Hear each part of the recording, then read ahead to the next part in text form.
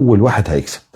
اوعى تعتقد ان الشركات دي كلها مش عارفه ان في ناس كتير في الصعيد عايزين يشتروا عربيات كهرباء غير الناس اللي اشتروا فعلا.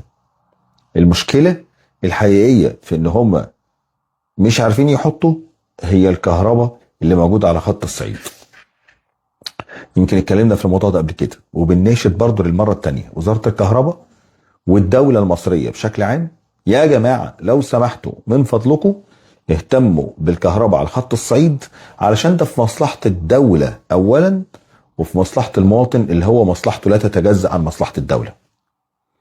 لازم يا جماعه فعلا فعلا نهتم بقى بخط الصعيد. كفايه كده بقى، كفايه كده. لازم الناس اخواتنا في الصعيد، وانا راجل اساسا من الصعيد، يركبوا عربيات كهرباء.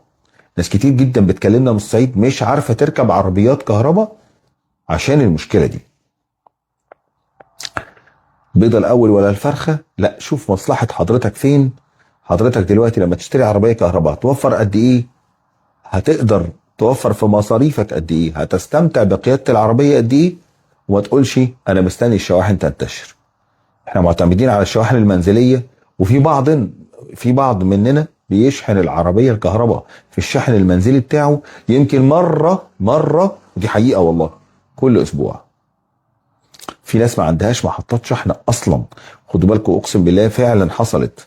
ويمكن العملاء الاخرى اللي خدوا مننا عربيات ما عندهمش اصلا امكانيه الشحن المنزلي، وتصرف ومد سلك